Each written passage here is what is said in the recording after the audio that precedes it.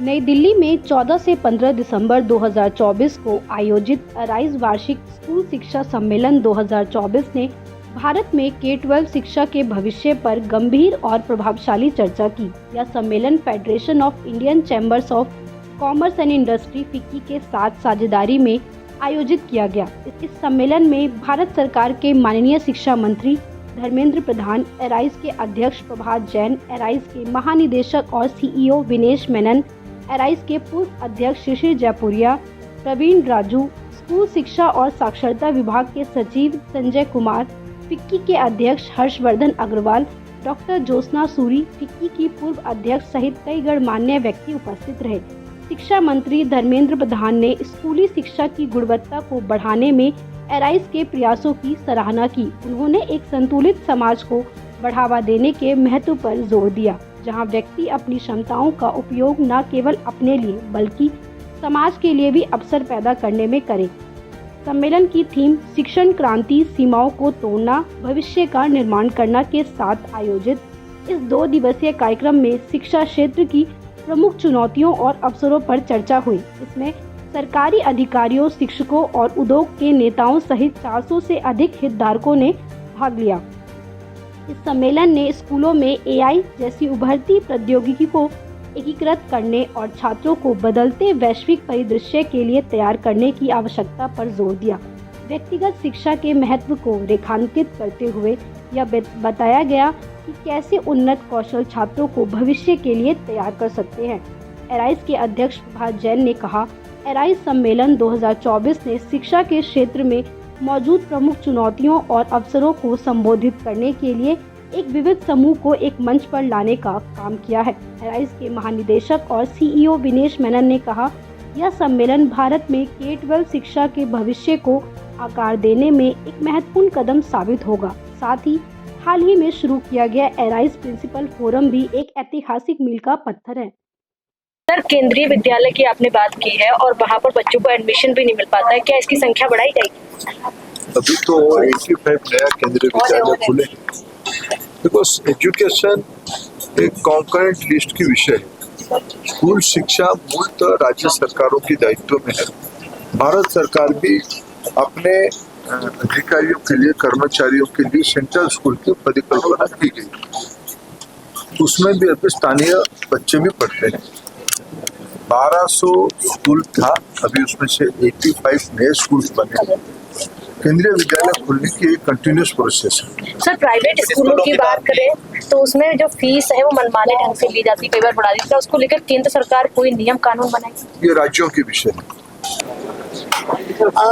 इस कॉन्फ्रेंस का मकसद ये है कि जो प्राइवेट स्कूल्स हैं सब, वो एक मंच पे एकत्रित हों और आपस में ब्रेनस्टॉर्मिंग हो कि किस तरह से हम अपनी एजुकेशन सिस्टम को और इनोवेटिव और कम्पिटिटिव बनाएं। सारा दिन डिलिबरेशंस होंगी और कुछ उसमें एलिमेंट्स पॉलिसी के भी निकलेंगे जो हम जाके फिर मंत्री जी को देंगे कि ये हमारी recommendations हैं out of the deliberations of the day. So, ma'am, as we have listened that technology and AI will control the schools and further, like in the future.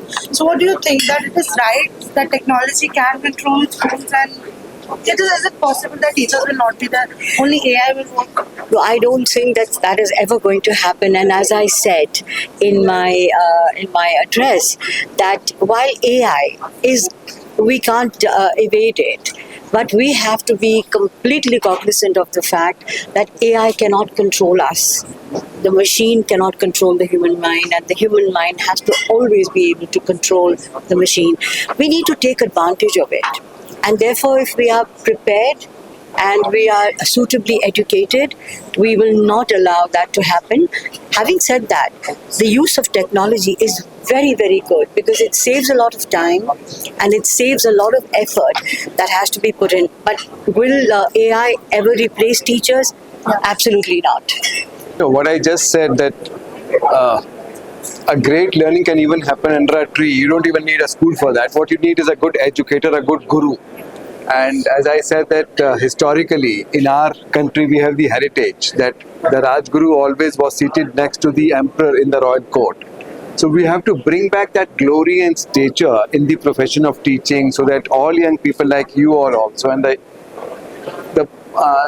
brightest people opt for teaching as their profession, because that's what is nurturing the new generation. So in that context, we are setting up the Arise Principals Forum, where we will empanel principals from around the country from a wide genre of schools and work together in with cutting edge professional development and leadership skills, so that they can further guide more teachers and create a much larger ecosystem of educators, not just for India but for the world.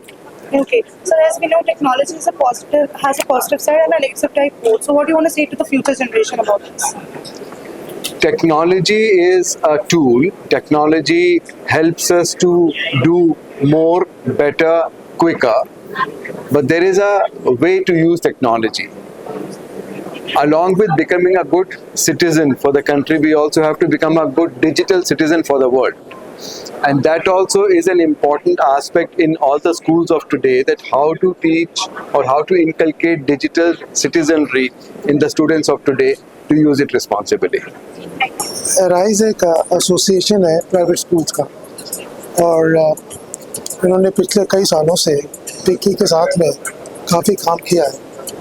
8 साल की journey रही है, और क्योंकि concurrent subject है education, तो state levels पे बहुत एक्टिवली काम कर रही है। सेंट्रल गवर्नमेंट में काफ़ी पार्टिसिपेशन किया है, और इसका एक्सपेंस बहुत वाइड है।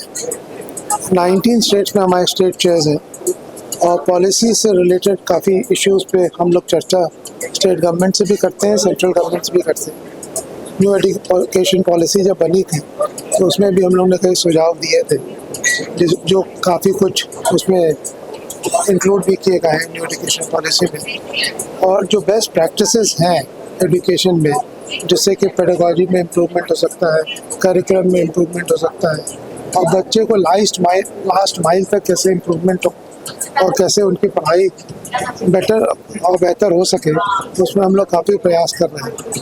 हम लोग ग्लोबली अच्छे स्कूलों में जाके उनकी बेस्ट प्रैक्टिसेस को भी देखते हैं, सीखते हैं, और उसको इम्प्लीमेंट करने के लिए काम करते हैं। चाइल्ड सेफ्टी एक बड़ा मुद्दा है अराइज के लिए, तो उसके लिए भी हम लोग ने एक पहल की और रिपोर्ट बनाई है, क्योंकि चाइल्ड सेफ्टी एक ऐसी चीज़ है कि हर बच्चे को सुविधा होनी चाहिए कि वो सेफ एंड सिक्योर है स्कूल एनवायरनमेंट।